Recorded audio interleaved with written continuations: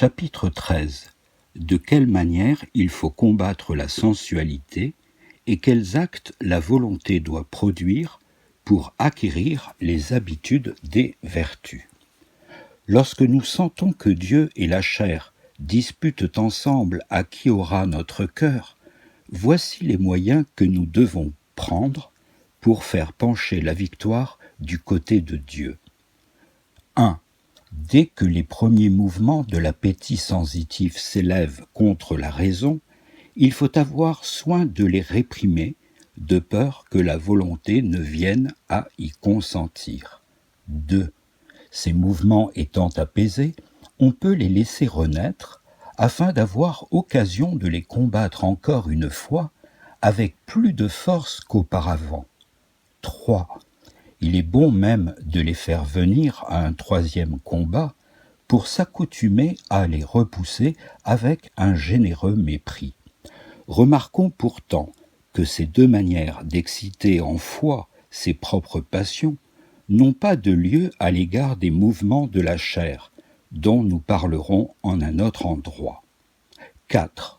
Enfin, il importe extrêmement de former des actes de vertu contraires aux habitudes vicieuses dont on prétend se défaire. L'exemple suivant en sera une preuve manifeste. Vous êtes peut-être agité de mouvements d'impatience. Recueillez-vous en vous-même et considérez tout ce qui se passe dans votre intérieur.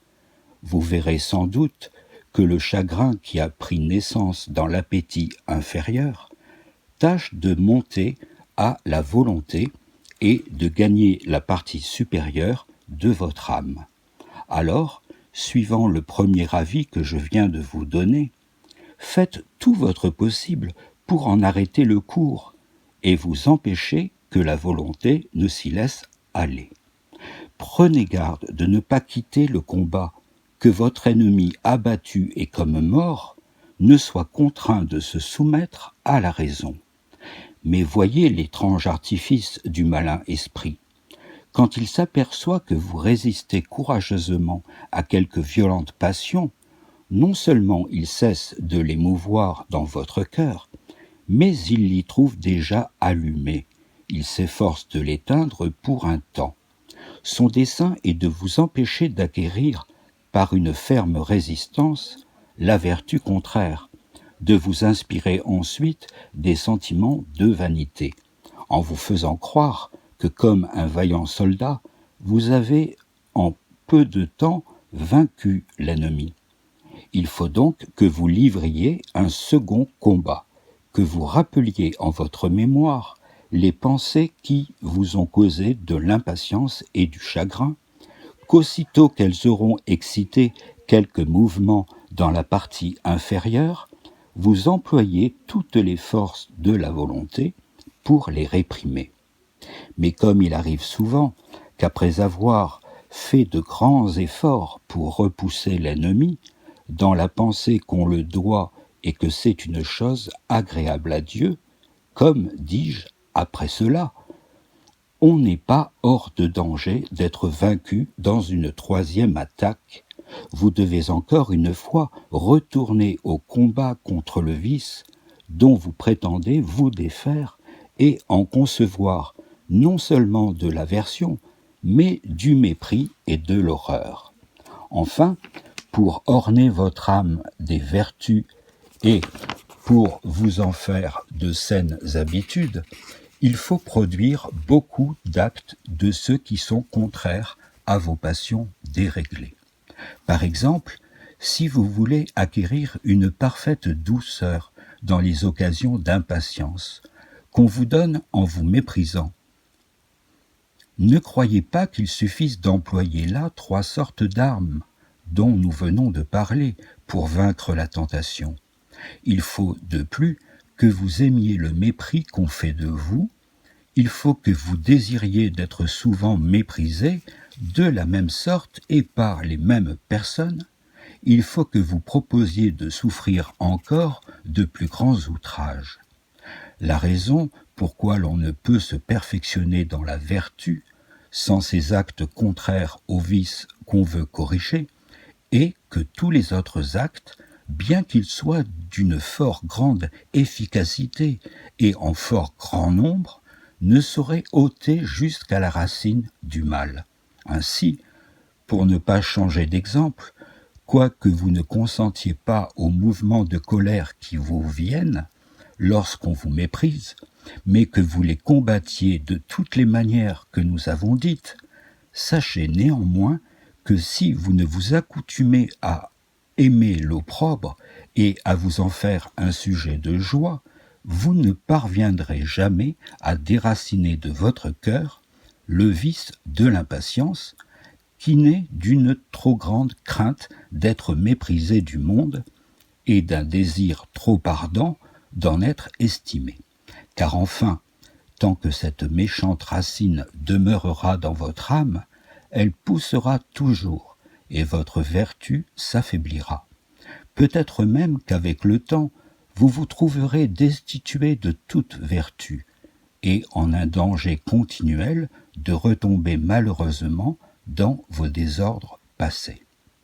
N'espérez donc pas obtenir jamais les vertus solides si, par des actes fréquents et de ces mêmes vertus, vous ne détruisez les vices qui leur sont opposés. Je dis par des actes fréquents, car comme il faut plusieurs actes de vertu pour produire une habitude sainte, qui soit parfaite et incompatible avec le vice. Il faut même un peu plus grand nombre d'actes de vertu pour faire une habitude sainte, qu'il ne faut de péché pour en faire une vicieuse, parce que la corruption de la nature fortifie toujours celle-ci et affaiblit l'autre. Remarquez de plus que si la vertu que vous voulez pratiquer ne peut s'acquérir sans quelques actes extérieurs, conformes aux intérieurs, ainsi qu'il arrive dans la patience, vous devez non seulement parler avec charité et avec douceur, mais rendre tous les services imaginables à celui qui vous aura maltraité de quelque manière que ce soit.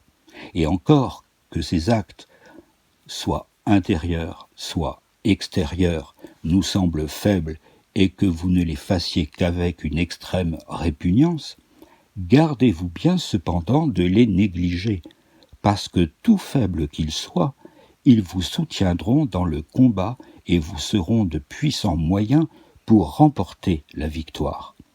Veillez donc sur votre intérieur et ne vous contentez pas de réprimer les mouvements les plus violents des passions.